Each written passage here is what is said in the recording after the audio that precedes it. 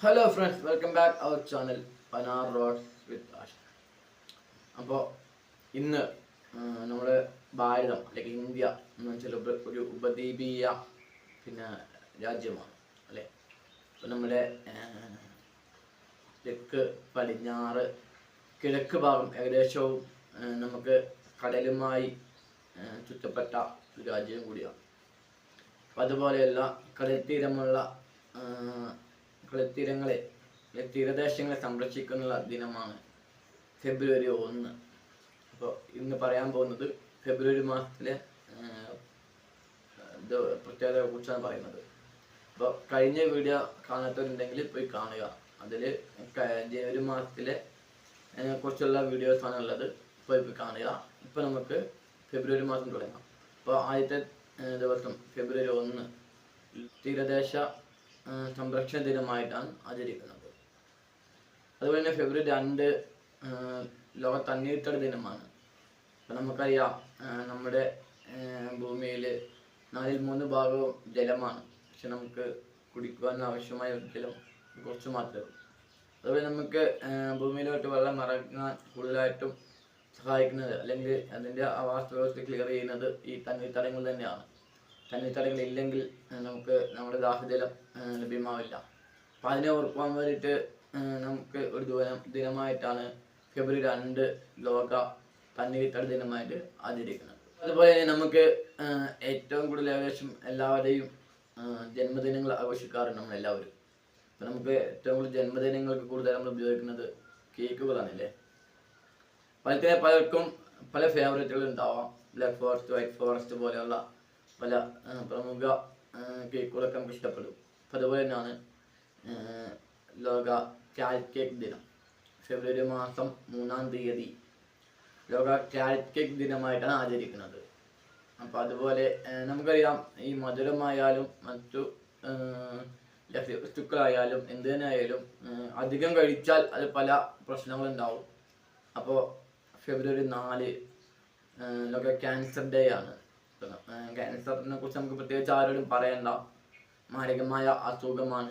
നമ്മളെപ്പോലുള്ള പലരെയും ബാധിച്ച് അത് പല ഇഷ്യൂസുകളും കാരണമാകുന്നുണ്ട്. അപ്പോൾ അതില്ലാതാക്കാൻ എല്ലാം ശ്രമിക്കുക. അതുപോലെ തന്നെ ഫെബ്രുവരി 6 നമ്മുടെ ഏറ്റവും വലിയ ഗായകരിൽ ലോകശ്രദ്ധ പിടിച്ചൊരു വ്യക്തിത്വമാണ് ലതാ മങ്കേഷ്കർ എന്ന് പറയുന്നത്. ആ ഒരു ഗായികയുടെ ചരമദിനമാണ് ഫെബ്രുവരി 6. അതുപോലെ തന്നെയാണ് ഫെബ്രുവരി 6 മറ്റൊരു പ്രത്യേകതയും കൂടിയുണ്ട്.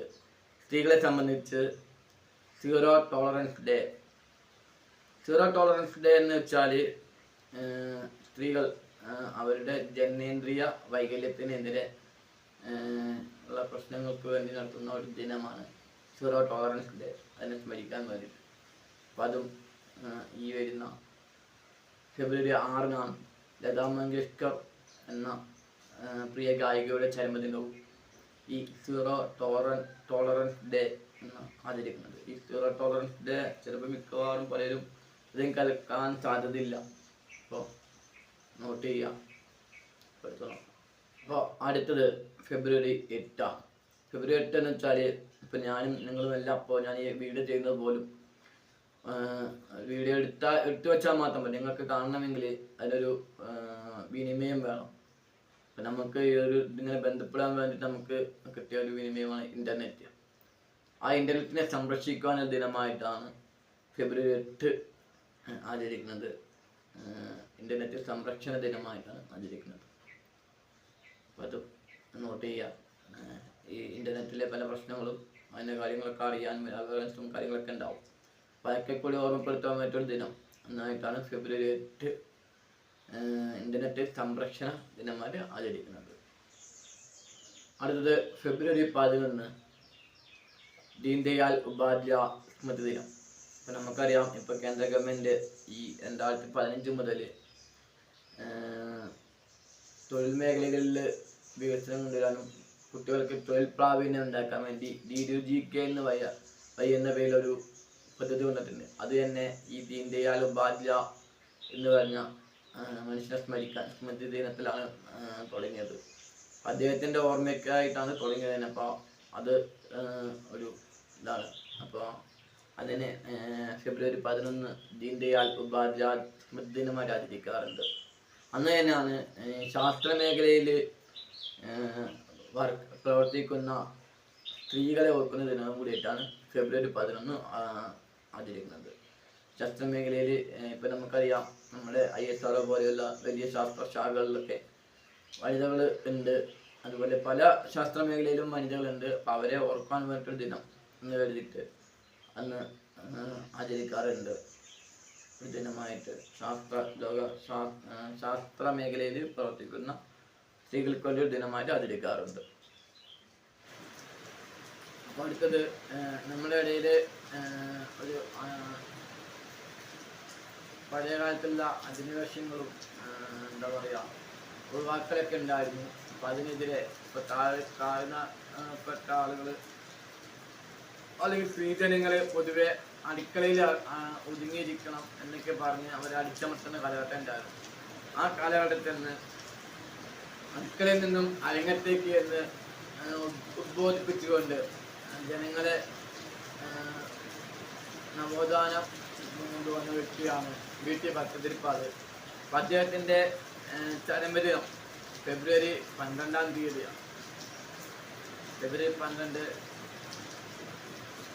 VT ഭട്ടതിരിപ്പാടിൻ്റെ ചരമദിനം. അതിൽ ഫെബ്രുവരി 13 നമ്മുടെയൊക്കെ പ്രിയ കവിയായ ONV കുറുപ്പിൻ്റെ ചരമദിനമാണ് ഫെബ്രുവരി 13. അറിയാം, ONV കുറുപ്പ് പല രീതിയിൽ നമ്മളെ ഉദ്ബോധിപ്പിച്ചിട്ടുണ്ട്. എഴുത്തിലൂടെ നമ്മളെ ഉദ്ബോധിപ്പിച്ച പ്രിയ കവി ONV കുറുപ്പിൻ്റെ ചരമദിനമാണ് ഫെബ്രുവരി 13. അന്നേനാണ് സരോജിനി നായിഡു, അറിയാം, നമ്മുടെ ഭാരതീയർക്ക് ഏറ്റവും പ്രിയങ്കരിയായ ആ സ്ത്രീ ജന്മത്തെ സരോജിനി നായിഡുവിൻ്റെ ജന്മദിനം ഫെബ്രുവരി 13. അടുത്തത് ഫെബ്രുവരി 14. നമ്മൾ കുറച്ച് വർഷങ്ങൾക്ക് മുമ്പ് വരെ പ്രണയ ദിനമായിട്ട് ആചരിച്ച ദിനമാണ് ഫെബ്രുവരി 14. പക്ഷെ അറിയാം, ഫെബ്രുവരി 14 ഭാരതത്തിൻ്റെ വീരസൈനികർ പുൽവാമ എന്ന സ്ഥലത്ത് വെച്ച് ഭീകരാക്രമണത്തിൽ രാജ്യത്തിന് വേണ്ടി ജീവൻ ത്യാഗം ചെയ്തവരുണ്ടായിരുന്നു. അവരെ സ്മരിക്കാൻ വേണ്ടിയിട്ട് അന്ന് ഫെബ്രുവരി 14 പുൽവാമ ഭീകരാക്രമണ ദിനമായിട്ട് ആചരിക്കാറുണ്ട്. അന്ന് തന്നെയാണ് വാലന്റൈൻസ് ഡേ, പ്രണയ ജോഡികളുടെ ദിനം. ഓർക്കുക, മണ്ണിനെ പ്രണയിച്ച ആ വീരസൈനികരുടെ ദിനവും പെണ്ണിനെ പ്രണയിച്ച കാമുകന്മാരുടെയും ദിനവും കൂടിയാണ് ഫെബ്രുവരി 14 വാലന്റൈൻസ് ഡേയും പുൽവാമ ഭീകരാക്രമണ ദിനവും. ഓർക്കാം നമുക്കും ഈ ഒരു വേളയിൽ ആ പുൽവാമ ഭീകരാക്രമണത്തിൽ സ്വന്തം പ്രാണനായിരുന്ന പലരെയും നഷ്ടപ്പെട്ട കുടുംബങ്ങളെയും അവരുടെ കുട്ടികളെയും അതുപോലെ അവരുടെ മാതാപിതാക്കളെയും നമുക്ക് ഓർക്കാം ഈ ഒരു സമയത്ത്. അപ്പോൾ അടുത്തൊരു വീഡിയോ കാണായിരിക്കും. അടുത്ത വീഡിയോ അല്ല, ഈ ഒരു വീഡിയോയിൽ എന്തെങ്കിലും നിങ്ങൾക്ക് കൂട്ടിച്ചേർക്കാനുണ്ടെങ്കിൽ കമൻറ്റ് ചെയ്യുക, അതുപോലെ ലൈക്ക് ചെയ്യുക, ആദ്യമായിട്ട് കാണുന്നവരെ സബ്സ്ക്രൈബ് ചെയ്യുക. അപ്പോൾ അടുത്തൊരു വീഡിയോ കാണുന്നവർക്ക് എല്ലാവർക്കും ഗുഡ് ബൈ.